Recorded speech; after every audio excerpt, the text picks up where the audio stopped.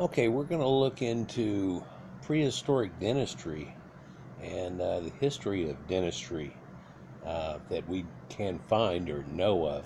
Some of it is written and kept in record, and others, just like anything else, once it goes past written record, it gets lost, and then all you do is have the example of it. And so that's what we pretty much go off of in elder times. And this is a pre-Columbian Ecuadorian mouth that was found. Interesting fact, you can see the three rivets in two of the front teeth, the rabbit teeth that he has there going there, nothing else. But you'll see a cool one here in a little bit also. Um, this adorning is not looked at as being adorning a skeleton in any way. Like there were some skeletons over in Europe that were adorned and rings put on ribs and all kinds of things. This isn't that. This is actual dentistry, but some of it is cosmetic for bling. So these were the first people to have some bling going on with the chompers here. Interesting fact too about this, they said they found it, and within 2 days of finding it, they started to grow this. If you'll look, there's a little fuzz of a type of mold growing on the tooth there and growing on the tooth here. And they have pictures of it from the first day too, and it's not really on there. And so there's your curse of the mummy and some special mold that shows up and woo and all that type of stuff. But let's just go ahead and get into this. We're going to talk about from jewel-capped teeth to golden bridges, 9,000 years of dentistry. And there is a little bit of discrepancy on two of the findings, the elder findings. And it's weird, but when you look at it, they decided to go with 9,000 years ago, but it's actually 9,000 BC. It seems that there was a catching of dates between 7,000 BC, which would be 9,000 KYA, or 9,000 years before now, and then the BC or BCE variation onto it. But we're still just going to go with that. We'll say it came shortly out of the last ice age, so far as the earliest that we can find. Okay? Dentistry in some form or another has been practiced for at least 9,000 years, although tooth extraction and remedies for toothaches probably go back much, much further. The study of ancient remains from around the world has demonstrated the ingenuity that existed in the application of surgical and cosmetic dental practices going back many millennia. The Indus Valley civilization has yielded evidence for the earliest form of dentistry, which dates back to 7,000 BC. So here you see, right there you get a contraction, but the Proto-Indo-Europeans also have an elder date than this too, and this is what leads into the Indus Valley situation too. But sites in Pakistan have revealed dental practices involving curing tooth-related disorder with bow drills, operated perhaps by skilled beads craftsmen. That would be the person that would know what the hell they were doing. Those people that cut the hole through the little bead. First they round the little bead and they're able to somehow hold on and get it and put a hole through a bead. This would have been worked probably well too. The reconstruction of this ancient form of dentistry showed that the methods used were reliable and effective, and so they had found this in an ancient site. They made a recreation of it, and yeah, it seems to fit. So it's an experimental reconstruction of a bow and flint-tipped drill used to bore through molar teeth. And so it's probably the same way that they did beads and things like that, and little trinkets of shell and all types of things. The oldest evidence of dental filling was found in 2012 in Slovenia, when a 65-year-old jawbone demonstrated that a cavity deep enough to impact the dentin layer of a tooth had been packed with beeswax and sealed off. Scientists aren't sure how effective this was, but it probably reduced the pain and swelling. And if it got much worse, they probably would have pulled the tooth, and apparently the person passed away before it had ever gotten to that point. And it may have indeed sealed it off in a way that it wouldn't get any more decay to it, just like we do with our modern fillings that we have. Now, in elder times, there was this myth of the tooth worm, and you can look at this picture here on the left, and this is a collapsible, opens up like a book, and had a picture inside of it of this demoness thing with a worm that they said would be the thing that bored down through your teeth. And with this explanation, which I have found in a few civilizations, shows you an ancient connection.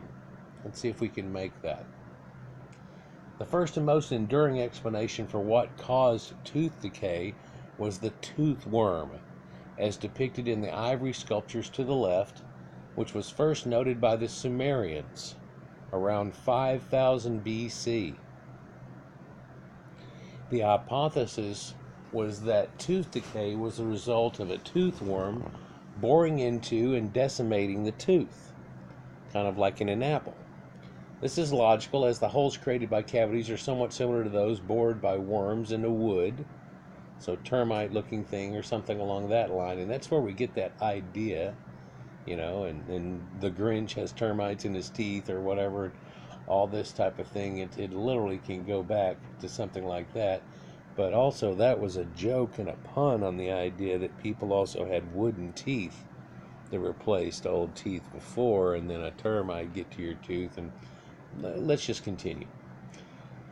The idea of the tooth worm has been found in the writings of the ancient Greek philosophers and poets, as well as those of the ancient Indian, Japanese, Egyptian, and Chinese cultures.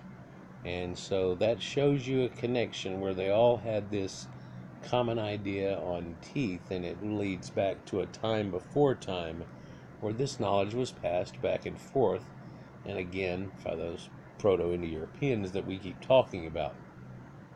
Strangely, it endured as late as the 1300s, when French surgeon Guy de Chirac still promoted the belief that worms caused tooth decay. We know now that's not true, and it's not necessarily just eating candy or things along that line either. It's you'll get a small pit in your tooth, and those type of things, and not keeping your teeth clean will cause it to allow it to eat away at your tooth. But let's not go there. Historical records reveal numerous dental and hygiene procedures practiced by the ancient Egyptians. The Edwin Smith papyrus, written in the 17th century BC, but which may reflect previous manuscripts from as early as 3000 BC, or even earlier in their beliefs and their shamanistic ideas, included the treatment of several dental ailments. And the Ebers papyrus, dated to the 16th century BC, contains 11 recipes which pertain to oral issues. And I showed you a couple of medical scrolls and things like that, and then the one that was real weird, that was for divination on peeing on grain, and you could find out if a woman was pregnant or not. And ironically, it's very much like our current pregnancy test, and their version again was used from a way up into ancient times. But you can see the cultures that embraced and used that, and okay, well, they're attached to the Egyptians in ancient times, and yeah, okay. But then when you saw the Sumerian thing, it didn't talk about something that was very localized and very Fertile Crescent, did it? It went quite farther than that with this exact same thing. That's one way that I keep telling you that folklore told me a whole lot. Whenever I got into Dungeons and Dragons and did all that stuff, what do the people say? This is basically like Herodotus, isn't it? When Herodotus went to the people and he goes, well, what do they say? Now, he's not telling you that everything they say is true. He's telling you what they say. And so, by the same accounts, these people have these folklores, mythology, little tales and stuff, and you go off of it. But it's like, hold on a minute, I've heard this before. It's strange. You've got this whole deal with a worm and a dragon and a burn in a tooth with a thing, and that makes no sense that you would have exactly the same. See what I mean? Those 11 recipes which pertain to oral issues that the Egyptians had, 4 of these are remedies for a loose tooth. The tooth in question is filled with a mixture that is akin to a modern-day composite filling. A filler agent, ground barley, is mixed with a liquid matrix like honey and an antiseptic agent like yellow ochre. And there might have also been something like opiates involved in stuff. They had that in hemp and everything else. So there might have been something like that, and opium would have been a great thing to help with the pain if there was any. This is either used as an actual filling or as a splint to keep the tooth in place whenever it becomes loose. So what we're looking at is extreme jaw disease and probably, what do they call it, gingivitis and things that is eaten down to where the tooth has become extremely loose. Scientists performing CT scans on the head of a 2,100-year-old Egyptian mummy also found evidence for cavities being filled with linen, which may have been first dipped in a medicine such as fig juice or cedar oil, or again something like heroin or a derivative of it, and soaked in there. And indeed, it could have been reapplied over time. One would wonder if it went just to the right depth on doing it. You could do something that was kind of like a root canal or whatever, but deaden the nerve itself. But Hesse Ray is the first named dentist in ancient Egypt and the world. He was an official physician and scribe who lived during the 3rd dynasty of Egypt in its earliest of times. That goes along with those statues I show you with the blue crystal eyes that they have, and the scribes that go along with it and everything, all the way through the 6th dynasty, and then it reappears at the 12th and so on. But that's just crystal eyes. The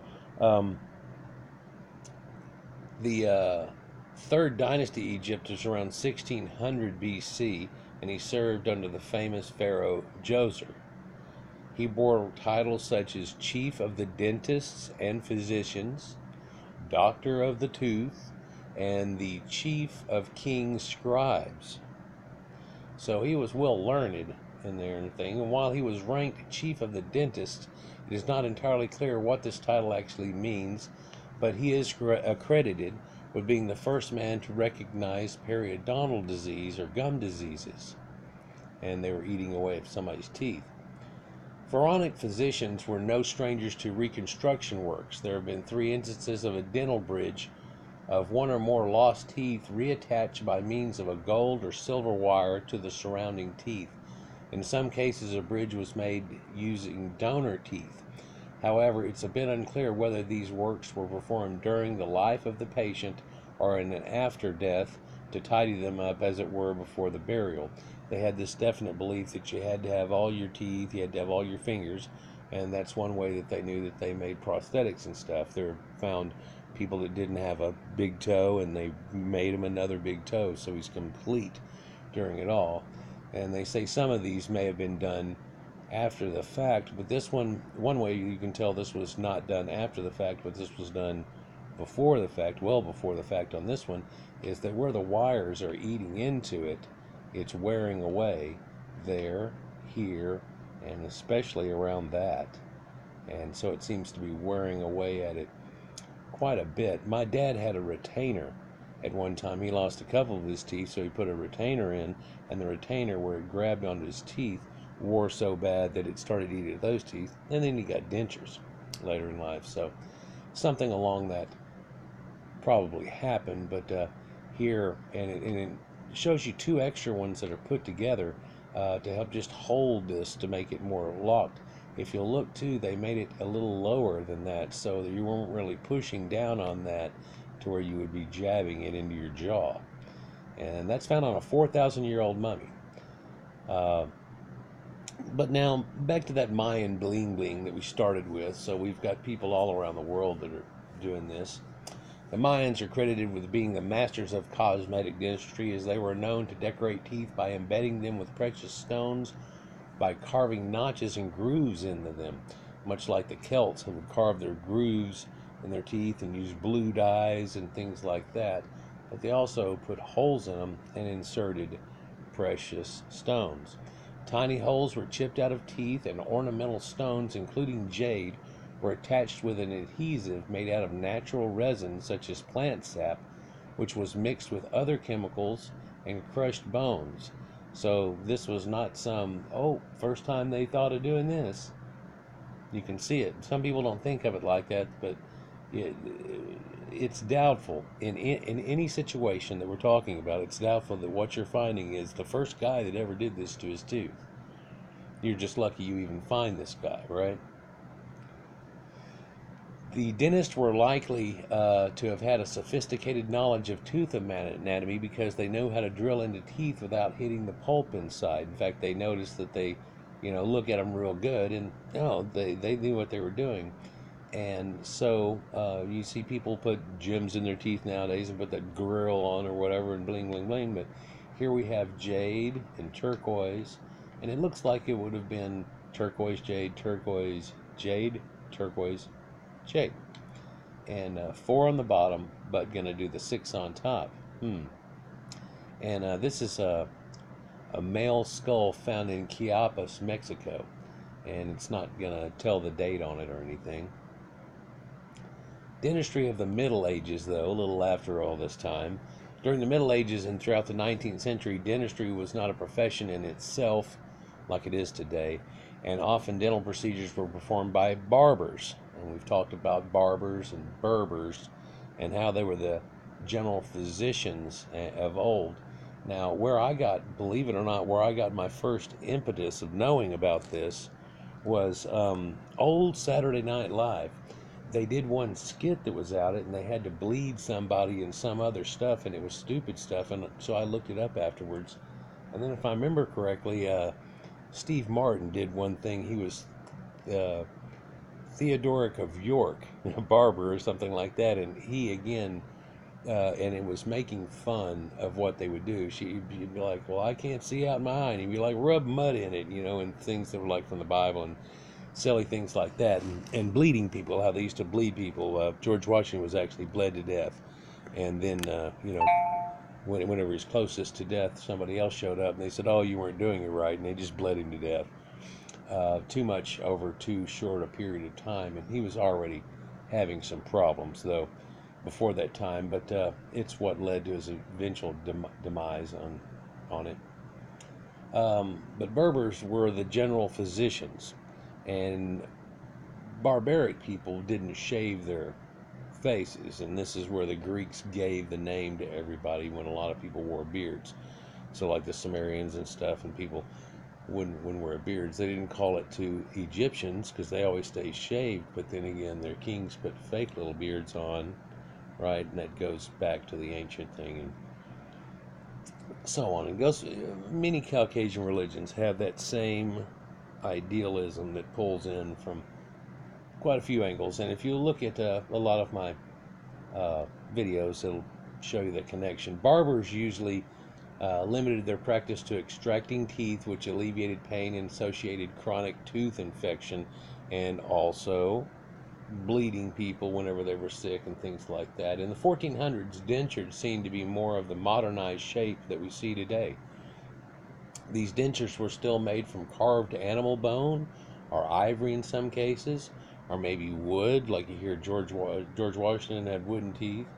But some were now made from human teeth. Grave robbers often used to steal teeth from recently deceased people and sell them to dentists, and the poor used to make money by having their teeth extracted and then selling them. The finished denture would not be very aesthetically pleasing or very stable in the mouth, though, and was often tied to the patient's remaining teeth. Another problem that occurred with these dentures is that they tended not to last long and began to rot over time. And so you would have to have somebody make another one, and it could get you sick if you're using it in your mouth. And so this idea of this, what is it, not denture grip, but what's the stuff they put it in, Effident, and throw them in and clean them, antiseptically clean this situation. It's not something you could do to your mouth, but you can do that to this object and clean it real good and start it back over. That's why we use plastics and stuff like that, because they literally were using bone and stuff, and that gets impregnated with foods and things like that. And, you know, so no matter how good you try to brush, you need to evident the thing. In 1723, French surgeon Pierre Fauchard published a Surgeon Dentist, a treatise on teeth, and became known as the father of modern dentistry because his book was the first to describe a comprehensive system for caring and treating of the teeth, and it was an exclusive thing. Once the scientific age started coming in, rather than people on paragraph or two of something would go very much deep into it. And of course, over that time, much knowledge had been accrued and luckily saved. The modern dental practices of today could not have been developed without the ingenuity and experimentation of ancient people beginning at least 9,000 years ago. And again, that first image there was a gold-studded teeth in it, was a pre-Columbian from out of Ecuador. So yeah, this all comes from the history of medicine, orthodontics, back to its roots in ancient dentistry and so on. And there's a lot more pictures we could show and everything where they have teeth and they have shown a filling in them. The first metal filling, believe it or not, is even BC, and hard to believe they would take and put some molten hot metal in somebody's mouth at that time and be able to put it through, but sure enough it was. So yeah, pretty interesting. And I like that little old world effigy that they have here where they show you that inside your teeth you've got a worm and it's causing you to be pent up in pain and all these things, and the sorrows that go along with it, and it's that pain, that throbbing of that tooth, and that's supposed to be this magical worm. And now the Sumerians talked about that, and it's the first time 5000 BC, but that shows up about 3000 BC in the Egyptian writings and stuff, and it shows up later in 1000 BC's into AD in Greek and stuff. It also shows up in India at between those two times, and Japanese at before that time, 1 to 2000 BC. So pretty interesting that you can make connections like this. Maybe sometimes you can't make connections this way, that way. How did these people get together? I've showed you recently that not only was the swastika, but the yin and yang symbol came from Proto-Indo-Europeans that had that, where they've got those houses that are built where they have the topping on them, where it looks like two boards coming up and crisscrossing at the very top of them, like I don't know, Game of Thrones. I don't watch it, but I think some of the homes look like that, and that's that Proto-Indo-European style from way back when, from actually before they were using stone and stonework and things. But like, share, and subscribe, guys. But yeah, interesting if you just go deep into anything like, oh, teeth, you can find out the most interesting information. Peace.